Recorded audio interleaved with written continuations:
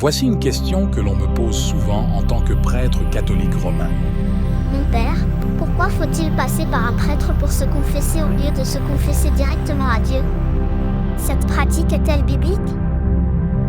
Le sacrement de la réconciliation, ou la confession des péchés, trouve ses bases dans la Bible, tant dans l'Ancien Testament que dans le Nouveau Testament. Voici quelques références bibliques liées à ce sacrement. L'Ancien Testament. Dans le livre du Lévitique, les chapitres 4 et 5 prescrivent des rituels d'expiation des péchés pour les Israélites.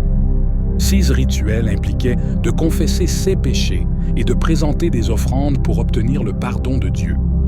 Dans le Nouveau Testament, Matthieu au chapitre 3, verset 6, montre comment, avant de baptiser les gens qui venaient à lui, Jean-Baptiste exigeait qu'ils se confessent de leurs péchés, ce qui souligne l'importance de la confession.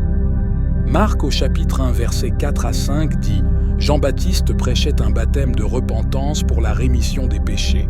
Les gens venaient confessant leurs péchés. » Avant d'instituer ce sacrement de réconciliation, notre Seigneur avait promis à Saint Pierre « Je te donnerai les clés du royaume des cieux. Quoi que tu lies sur la terre sera tenu dans les cieux pour lier, et quoi que tu délies sur la terre, ce sera tenu dans les cieux pour délier. » Confère Matthieu 16, verset 19. Il a répété plus tard la même promesse, cette fois à tous les 12. « En vérité, je vous le dis, tout ce que vous lierez sur la terre sera tenu au ciel pour lier, et tout ce que vous délierez sur la terre sera tenu au ciel pour délier. » Confère Matthieu 18, verset 18.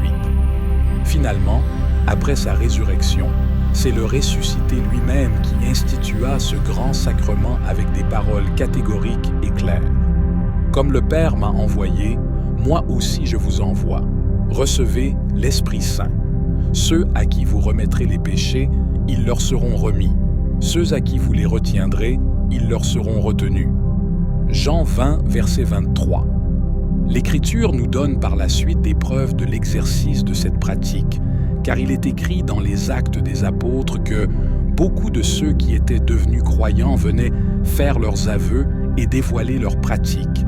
Confère Actes 19, verset 18. Saint Jacques écrit dans son épître « Confessez donc vos péchés les uns aux autres et priez les uns pour les autres afin que vous soyez guéris. » Jacques 5, verset 16. C'est donc toujours Dieu qui pardonne, mais à travers le prêtre. Dieu nous a réconciliés avec lui par le Christ et nous a confié le ministère de la réconciliation. Nous sommes les ambassadeurs du Christ.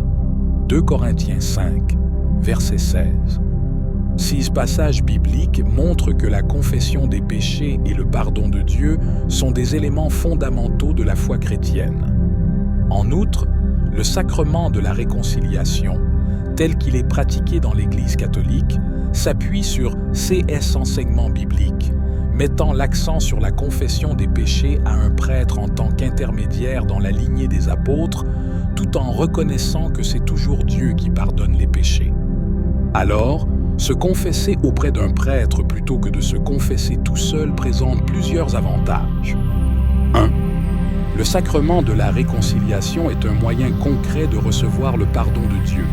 En se confessant à un prêtre, on bénéficie de la certitude que nos péchés sont pardonnés au nom de Jésus. Le prêtre agit comme un représentant de Dieu et de l'Église, et il a reçu le pouvoir de pardonner les péchés au nom de Jésus. 2. Le prêtre est un guide spirituel expérimenté. Il est formé pour écouter attentivement, offrir des conseils et des encouragements et aider à résoudre les dilemmes moraux. En se confiant à lui, on peut recevoir des conseils spirituels et des recommandations pour améliorer notre relation avec Dieu et les autres. 3. La confession à un prêtre permet de sortir de l'isolement et du secret. En partageant nos péchés avec quelqu'un de confiance, on reconnaît que nos actions peuvent avoir des conséquences non seulement sur nous-mêmes, mais aussi sur les autres. Cela nous encourage à prendre davantage de responsabilités et à travailler à notre conversion. 4. La confession régulière à un prêtre peut aider à combattre les mauvaises habitudes et les tentations récurrentes. Le prêtre peut offrir des conseils et des prières pour soutenir notre lutte contre le péché.